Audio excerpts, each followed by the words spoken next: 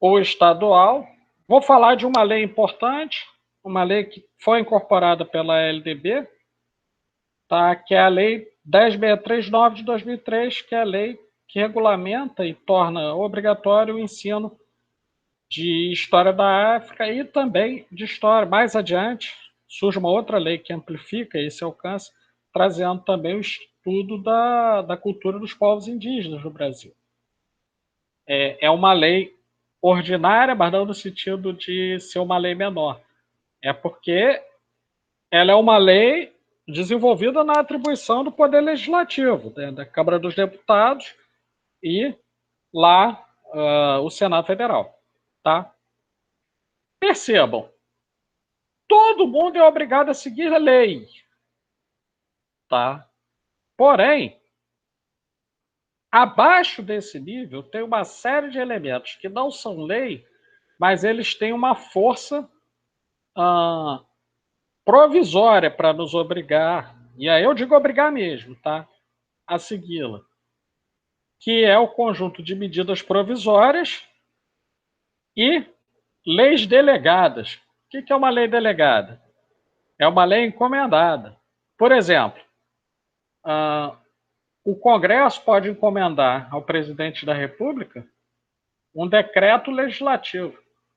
Então, ele faz um decreto e o Congresso aprova. Aquilo tem um tempo para depois ser votado e ver se vai virar lei ou não. Geralmente 180 dias, 90, 180 dias. Tá? Nós tivemos várias medidas provisórias. Vou dar exemplo de uma que virou lei. Medida provisória 746 de 2006, que é a que iniciava o processo de reforma do ensino médio, depois ele vira lei. Vira lei 13.415 de 2017, que é a lei de reforma do ensino médio. Tá? Então, isso aqui são os projetos que podem se tornar leis. Abaixo disso aqui tudo está um nível, que é o nível bem detalhadinho, que é o das resoluções, portarias e outros elementos menores, mas que complementam as leis. Vou dar um exemplo para vocês. A resolução 02 de 98 do Conselho Nacional de Educação, na época que ela foi lançada, gerou uma polêmica danada, porque ela dizia que a formação de professores para atuar na educação infantil precisava ser obrigatoriamente em uma instituição chamada Institutos Superiores de Educação. Só tinha um problema, no Brasil nós não tínhamos essas instituições. Então, na verdade, havia dois na época da lei. Isso gerou uma revolta tão grande que isso aqui foi revogado. Então, uma resolução ela tem uma facilidade de ser revogada muito grande. Tivemos portarias e resoluções, por exemplo, Niterói baixou uma resolução regulamentando a volta às aulas, tá? Ainda no período pandêmico, sem entrar, tá? No mérito, né, de como é que vai ser isso. São Gonçalo publicou outra, cada uma está fazendo isso no seu âmbito local.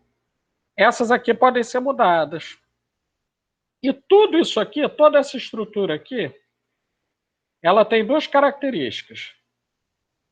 Primeira, quanto mais a gente está aqui na base, mais detalhado, mais regulamentado é o que está previsto aqui nos textos.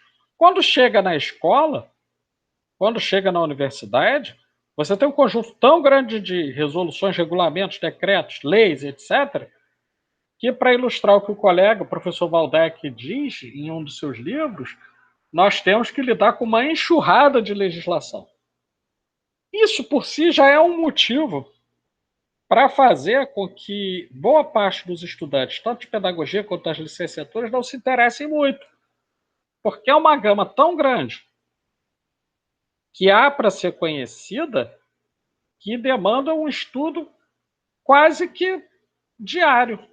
Então, quem quer entender o que está acontecendo no nível da legislação vai precisar voltar o tempo inteiro à legislação pertinente. Tá? Num país que tem uma cultura que afasta a população das instâncias jurídicas, Isso aí é algo bastante complicado, mas é mais ou menos assim que funciona. A segunda característica, à medida que a gente vai subindo em direção ao topo da pirâmide, a resolução não pode, por exemplo, contrariar a lei ordinária, que não pode contrariar a lei complementar, que não pode contrariar a Constituição. Por isso que é possível falar, por exemplo, que existem leis que não vão adiante por serem inconstitucionais. Quando a gente estudar LDB, isso vai ficar mais claro, mas eu vou dar um exemplo aqui. O artigo 33 da LDB é inconstitucional. E por que ele é inconstitucional? Porque ele obriga, na regulamentação do ensino religioso, que seja constituída uma associação civil dos credos, para definir como vai ser o ensino religioso em cada sistema de ensino. Só tem um probleminha.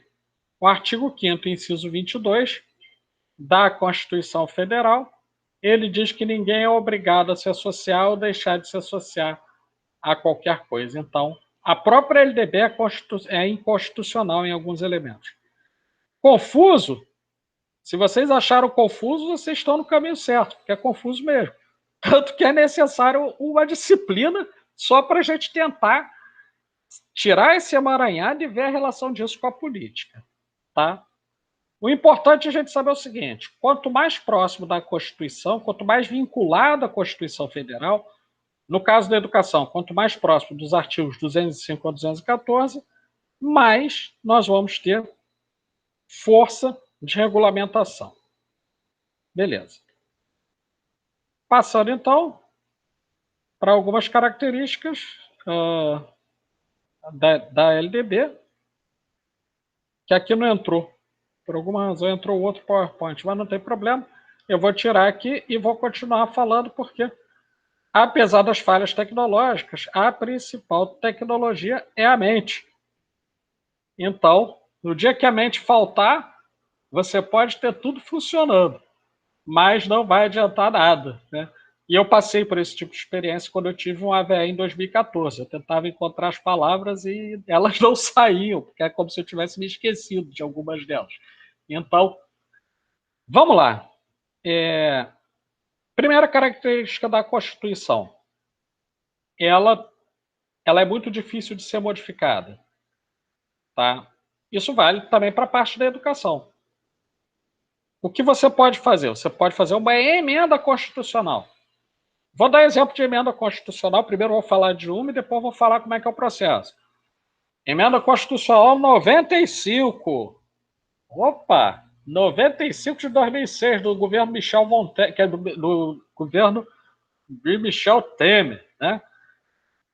Teto de gastos para a administração pública, especialmente para a educação. 20 anos com congelamento de investimentos.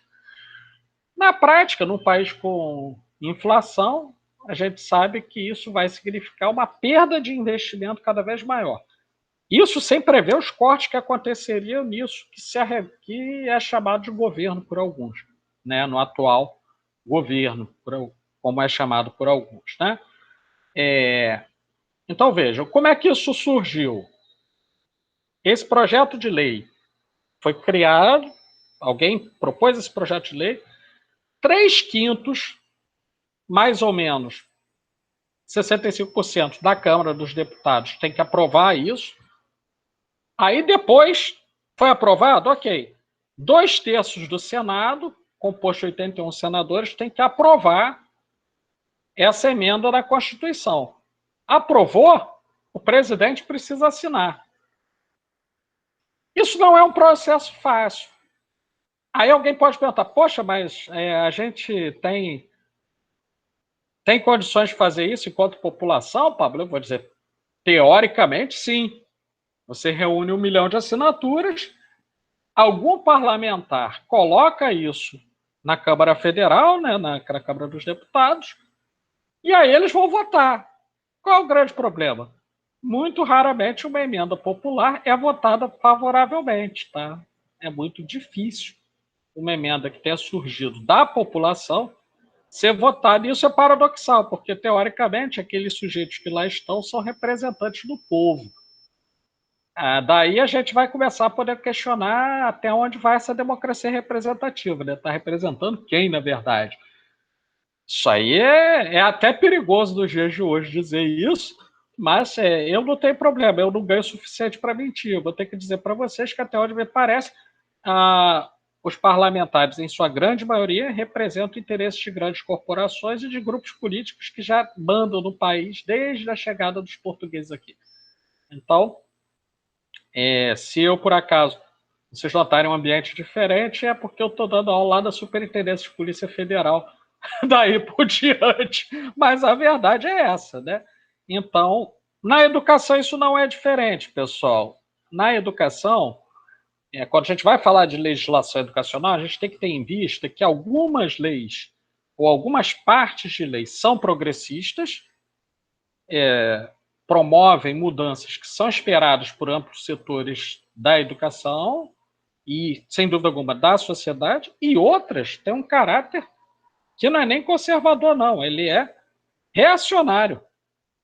Ele traz as coisas para trás. E quando isso acontece, quem é que vai sentir mais? Quem vai sentir mais é a população, em especial os mais negros, os mais pobres, mulheres, a população LGBTQIA+, e tem até o mais, eu entendo, eu tenho estudado para poder não falar besteira, eu acho que é o que as pessoas deveriam fazer. O mais significa porque, com a quantidade de gêneros, né, que vão se constituindo com o próprio movimento da sociedade, a maior depois tem gêneros que antes não eram reconhecidos como tal. Estou aprendendo, estou ficando muito feliz que eu estou aprendendo. Né? Eu venho de uma geração anterior, essas coisas eram mais difíceis para mim de entender. Né? Então, vamos lá. Quanto menor o sujeito, quanto menor o grupo na escala de poder, mais ele é afetado por essas, vamos dizer, assincronias entre o poder político e o que está em lei. Vou dar mais um exemplo para abrir para a gente conversar. Tá? Para abrir, porque aí quando a gente tiver dúvida, a gente vai pontualmente para os artigos da Constituição logo a seguir. Mas assim, vou dar um exemplo dentro da educação superior privada. Lá está estabelecido que você precisa ter pelo menos 1/3 de mestres ou doutores para dar aula nos cursos de graduação. Eu passei pela iniciativa privada, trabalhei mais ou menos uns 8 anos na iniciativa privada, rodei muito, né? Sou um professor relativamente rodado, então andei pela PUC, pela Cândido Mendes, pela Estácio e outras, né? E aí eu já vi casos de colegas que acontecia o seguinte: o sujeito acabava de completar o doutorado. Na maioria dos países do mundo, o sujeito coloca até uma plaquinha de metal, assim, coloca uma moldura em casa para mostrar, eu sou doutor aqui, etc. O cara tem orgulho. E não é fácil. A Guilherme está aqui, ela pode me dizer se é ou não alguma coisa para ter orgulho, porque não é lá muito fácil ser doutor, não. Né? Não, não é, não. É um negócio que o cara tem que querer aquilo mesmo e querer muito. Né? E aí, o que acontecia? Alguns colegas escondiam o título de doutor para não ser mandados embora.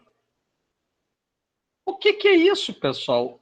Isso é um efeito daquilo que eu chamo de refração política.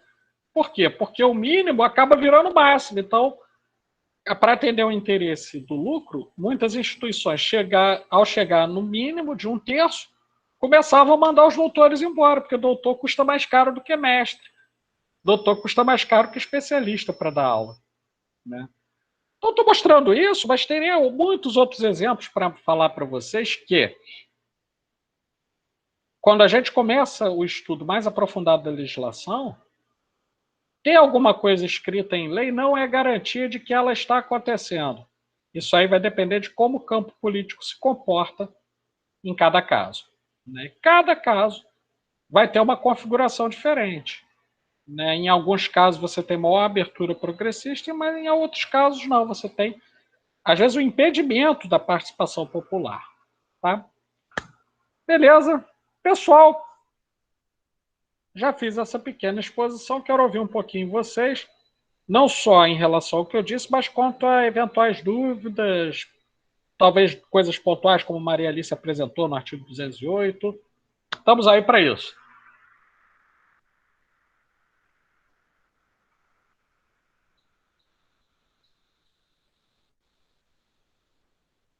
Opa!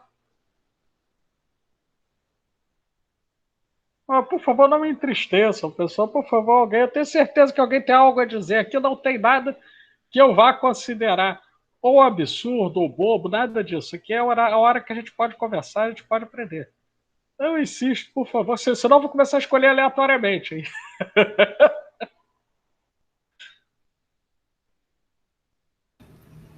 Professor, Oi, bom dia. querido, pois não, bom dia. Quando eu vi aquela pirâmide de Kelson, já tinha visto isso antes. Sim, Aí eu acho interessante como atualmente, né? Eu não sei como é que era antigamente, é, não sei, talvez há uns 20 anos atrás. Hoje em dia o pessoal usa muito o artifício da medida provisória, né?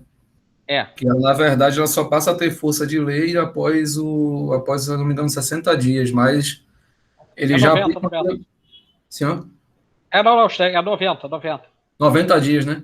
Isso, é. Então, a medida provisória hoje em dia ela é vista como algo, como se vai botar a goela abaixo para fazer moeda de troca também, não é isso?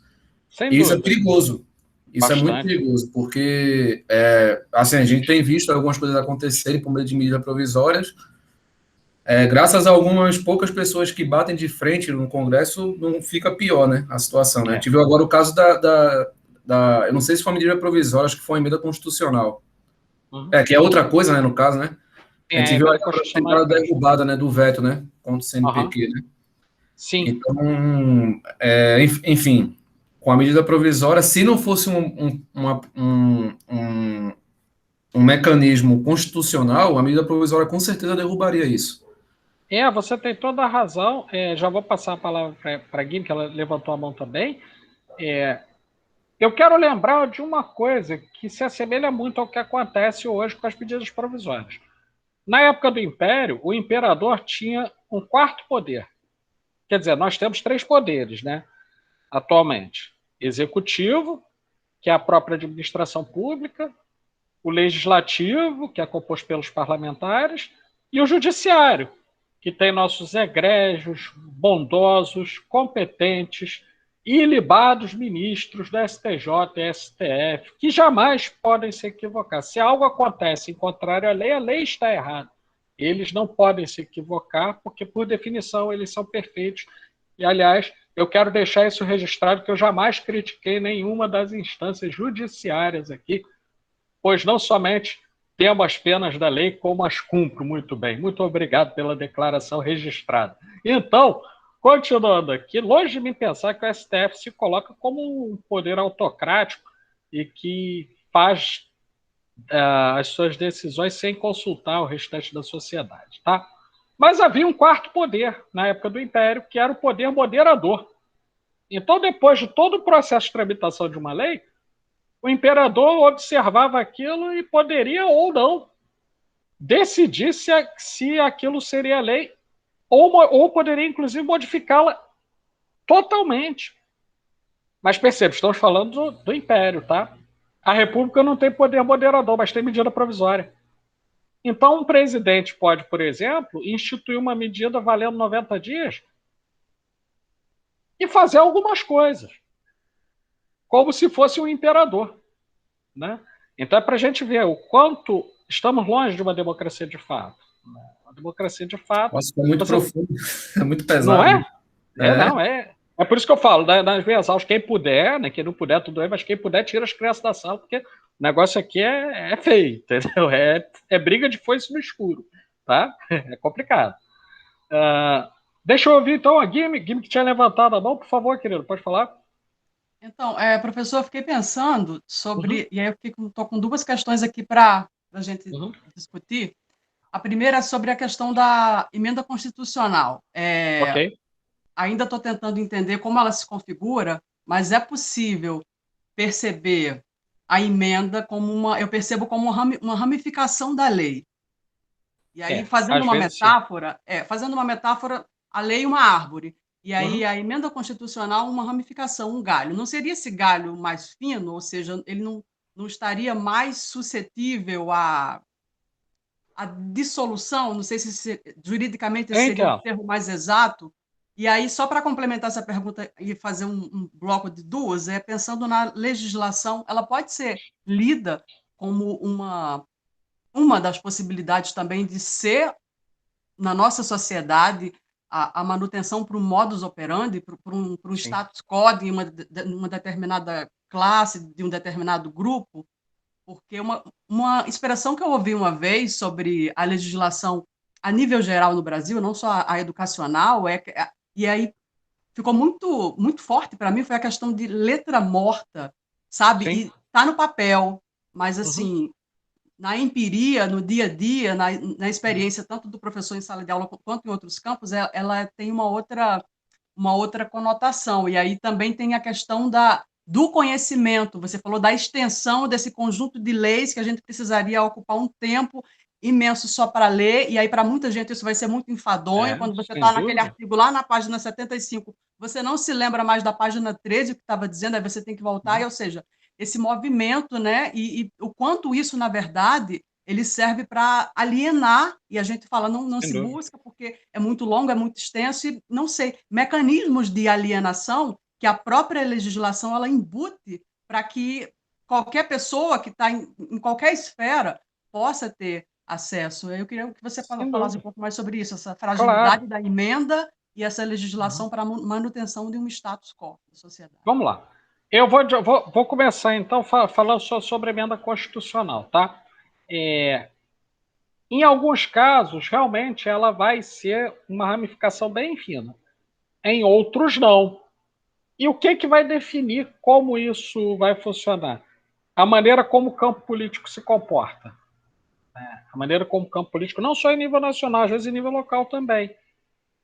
Então, por exemplo, num cenário em que nós tínhamos desde... Eu vou falar em golpe mesmo, tá? Não vou usar filtro aqui, não. Desde que houve um golpe, tá? E aí assumiu o vice-presidente, à época do Brasil, tá? Nós vemos um cenário de ascensão de um certo conservadorismo e atualmente de um reacionarismo. Na época era um conservadorismo e hoje temos um reacionarismo ascendente no país. Tá? Então você tem um campo político extremamente favorável, que é essa emenda constitucional, ela permaneça e ganha força. Por exemplo, quando você menciona o veto, né, do Fundo Nacional de Desenvolvimento de Ciência e Tecnologia, isso é a expressão da força que ganha essa medida. Agora, outras emendas constitucionais vão ter menos força, né? Vão ter menos força. E aí, mais uma vez, a gente vai olhar a lei, eu pelo menos faço isso, né? Outros colegas fazem de outra maneira, eu vou olhar a lei sempre na correlação com as forças políticas que estão, naquele momento, numa luta por esse campo, uma luta pelo poder na sociedade, né? Então, em alguns momentos tem mais e outros têm menos força. Quanto à estrutura do ordenamento jurídico brasileiro, eu vou dizer com todas as letras, ele não foi feito para a população. Ele foi feito para um determinado segmento da elite que já é acostumado a operar com o direito.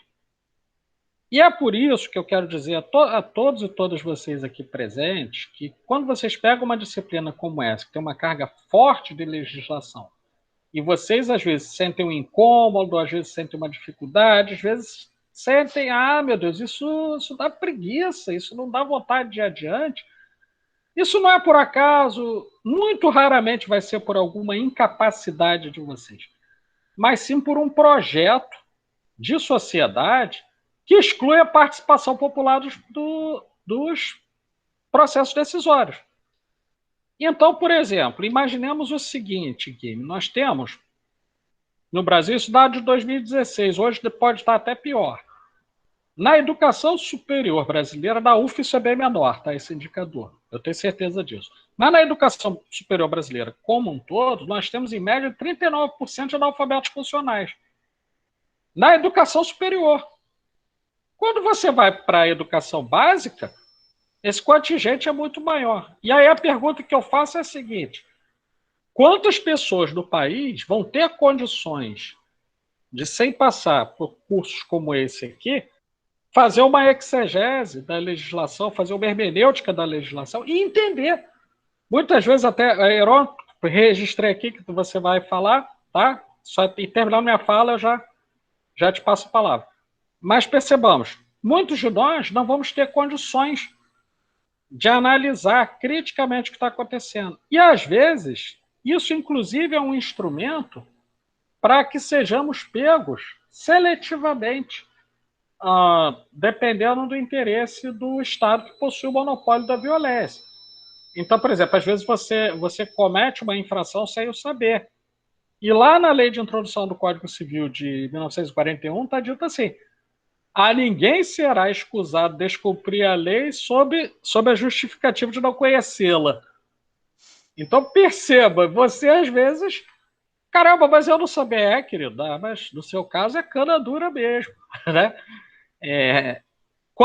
Eu vou contar uma experiência pessoal, e eu não estava infringindo a lei não, tá? Eu era professor substituto na UFRJ, e no Brasil, pretos e pardos tendem a ter um tratamento diferenciado por conta das autoridades policiais. Então, eu pegava o último ônibus do Fundão para vir para Niterói, que era na época 998. Então, saía 10 e alguma coisa lá do Centro de Tecnologia, dava aula para licenciatura com 100 e poucos alunos no auditório, e aí é normal que o cara fique cansado, né? Então, estava eu dormindo com a mochila do lado do ônibus. Eu sou acordado por uma autoridade policial me perguntando cadê o bagulho.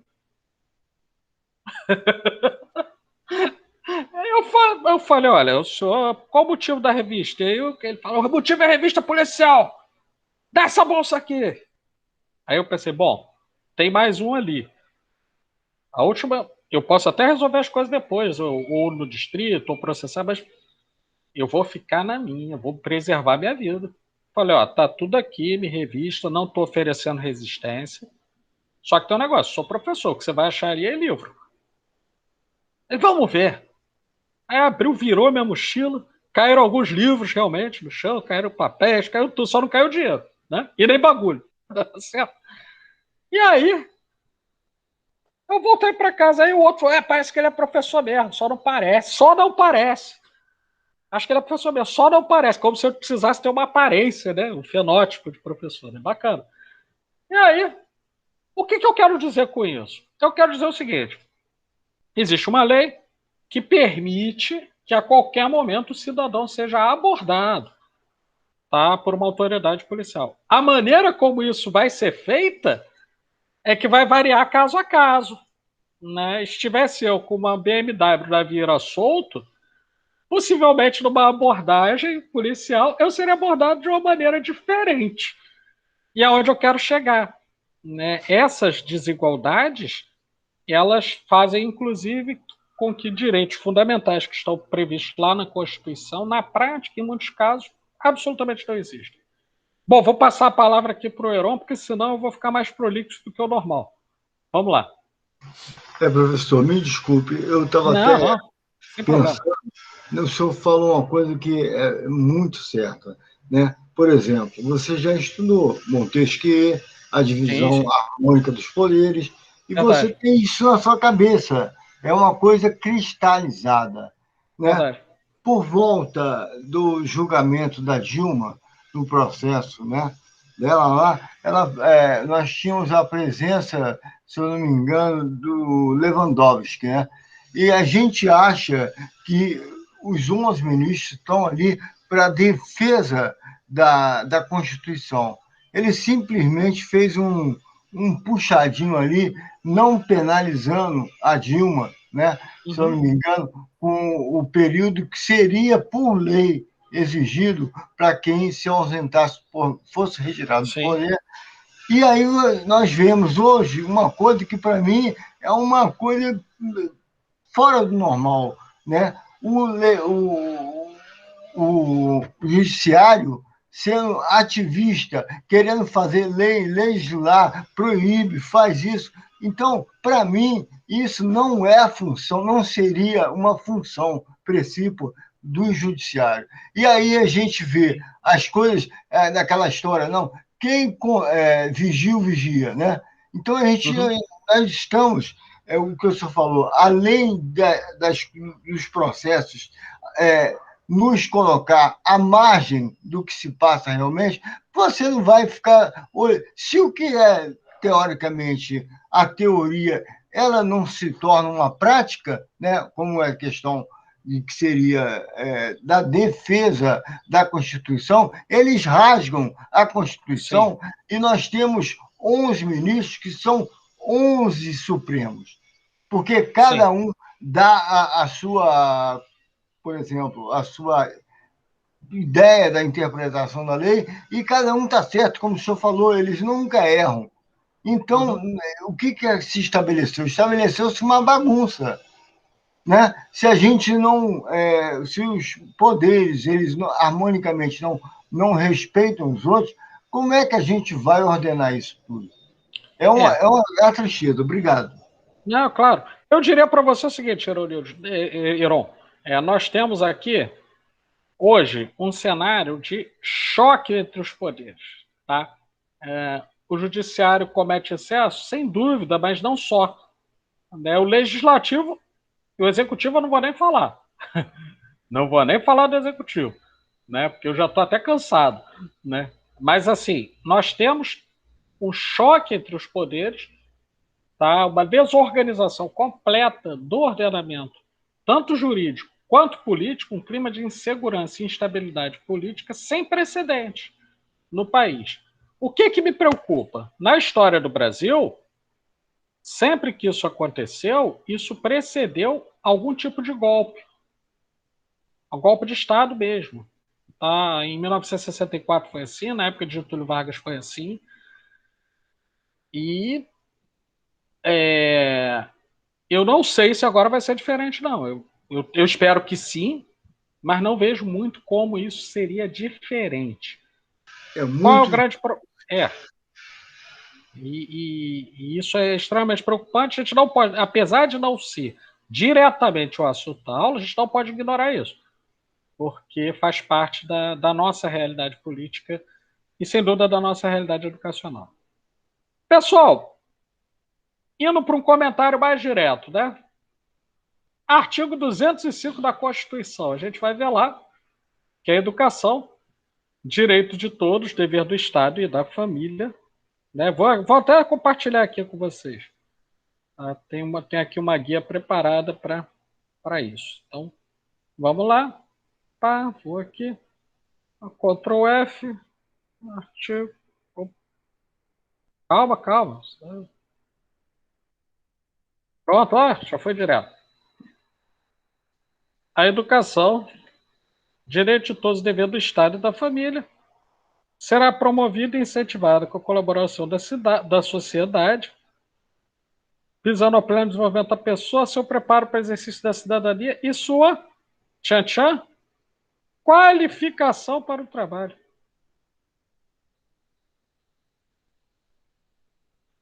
Só precisamos questionar qual trabalho é esse, né? E como se dará essa qualificação.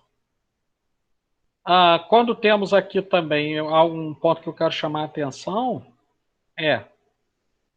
direito de todos e dever do Estado e da família. Quando a gente chega aqui, tem lá aquela outra palavra que é um outro princípio que vai aparecer em vários momentos dentro da Constituição, que é o princípio da responsabilização, da transferência de responsabilidade do Estado para a sociedade.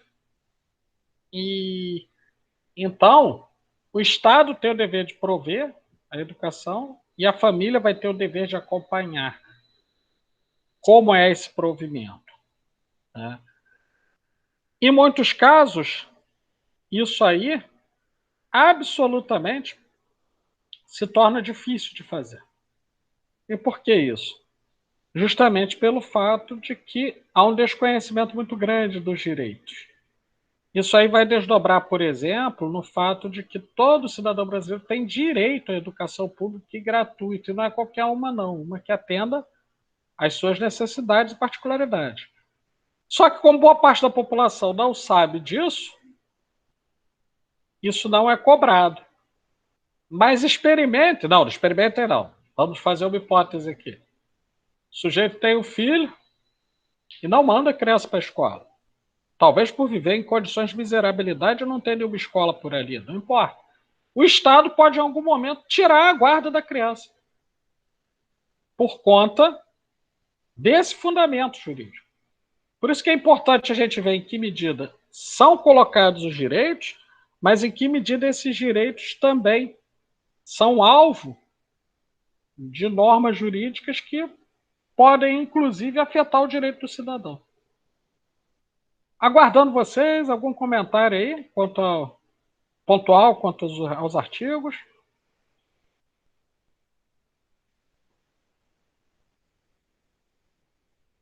Opa! Não, está funcionando bem meu áudio, mas não teve comentário.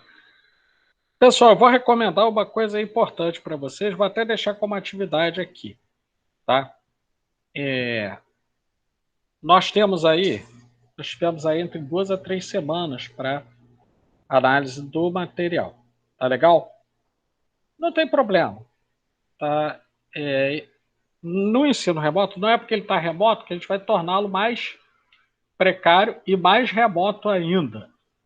Eu vou auxiliar vocês fazendo o seguinte. Como na semana que vem nós teremos aula novamente, eu vou colocar uma atividade, vou colocar agora em tempo real, uma atividade de estudo dirigido, tá? E a gente vai continuar a aula a partir dele, porque eu acredito que vai fluir melhor quanto à participação. Ok? Então, estou colocando aqui em tempo real, porque eu acho fundamental que a gente... Isso aí não é perder tempo, não.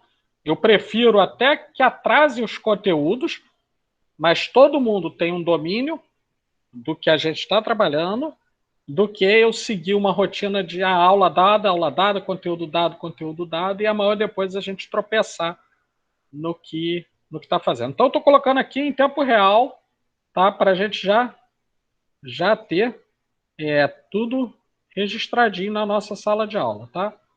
Então, mãos à obra. Vou colocar uma atividade aqui. Estou criando atividade aqui, todo mundo vai ver. Tá? Uhum. Deixa eu ver. Ok, vamos lá, atividades. Vou criar uma atividade aqui. Atividade. Ela não tem teste, não. Tá? Atividade é estudo dirigido.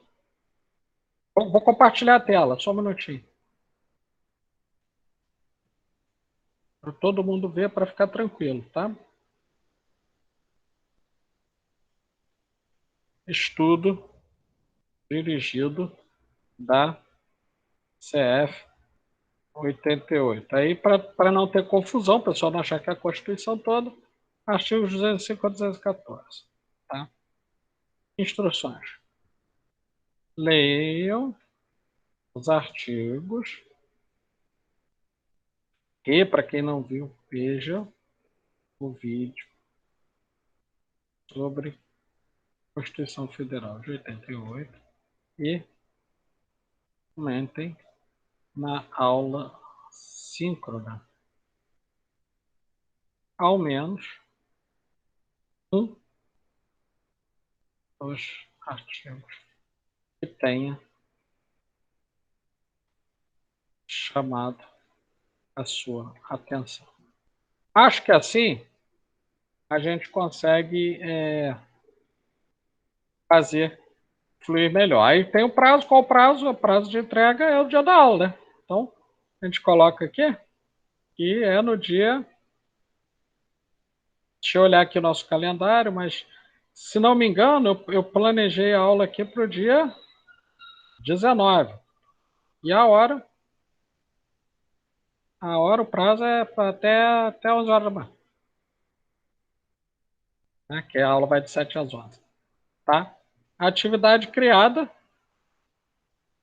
Perfeito. Acho que assim a gente vai ter condições de todo mundo participar mais. Então, quem olhar lá, ó, atividade criada, já está aqui. Aí eu venho aqui, retorno, tá? Para aqui, ó, atividade criada, tá? Acho que vai ajudar a que a gente possa ter um estudo mais aprofundado, uma discussão mais rica e bem direcionada. Tudo bem assim? Deixa eu ver a Carolina aqui.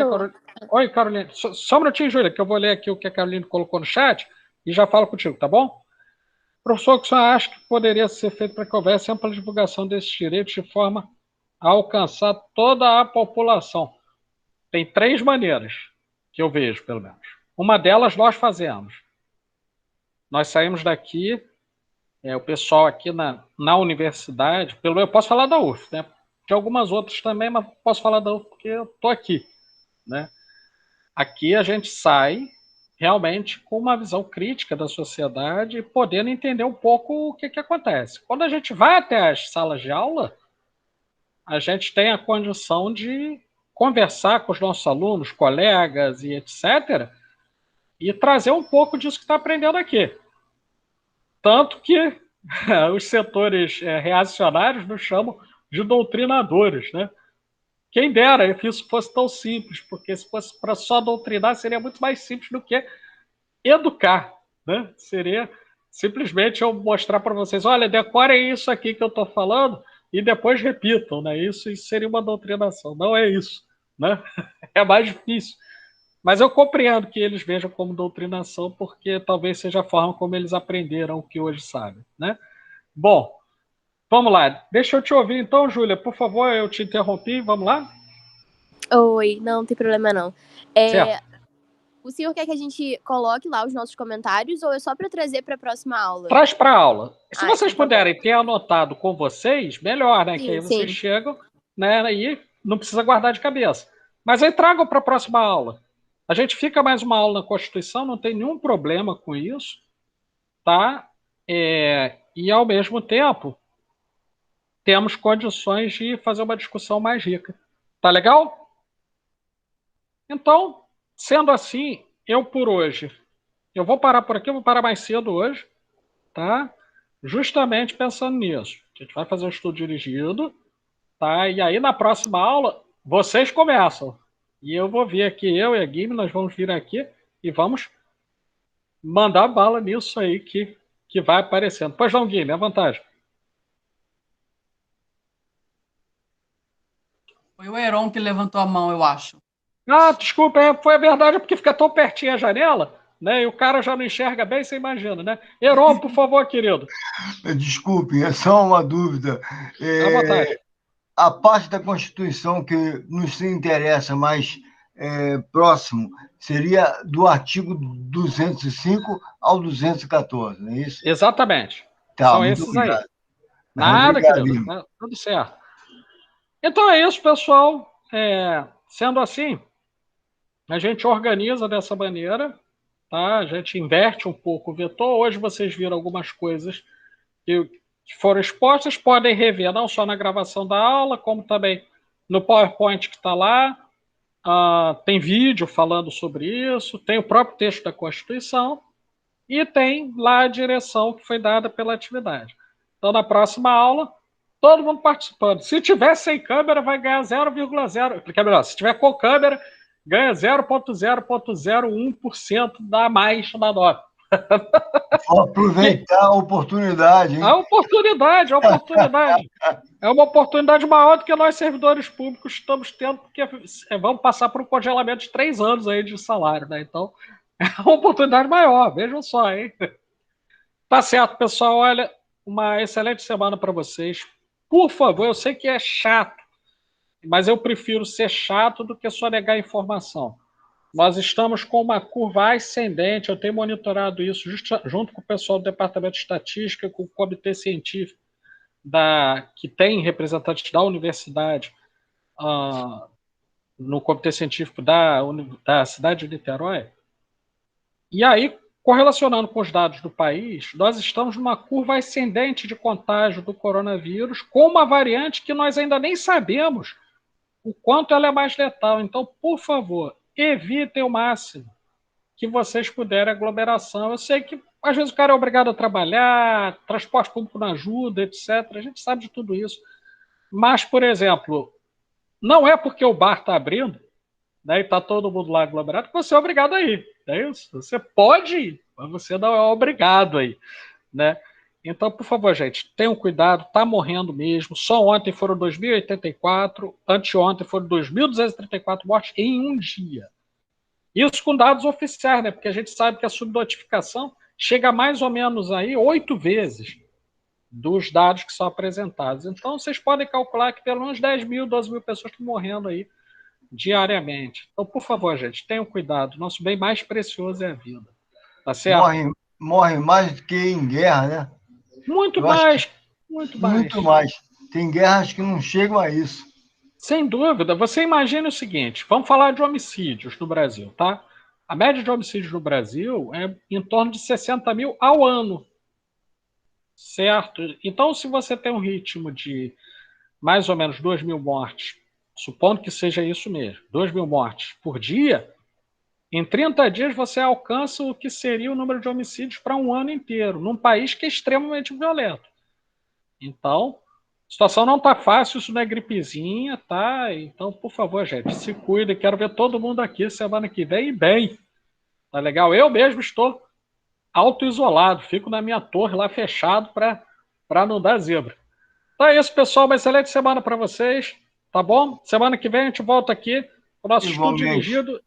Obrigado e vamos arrebentar aí com a Constituição. Valeu. Tchau. Tchau, tô fechando aqui. Tchau, abraço a todos. Valeu, tchau. Tchau. Tchau. Tchau, obrigada, um abraço a todos. Nada. Um abraço. É isso aí.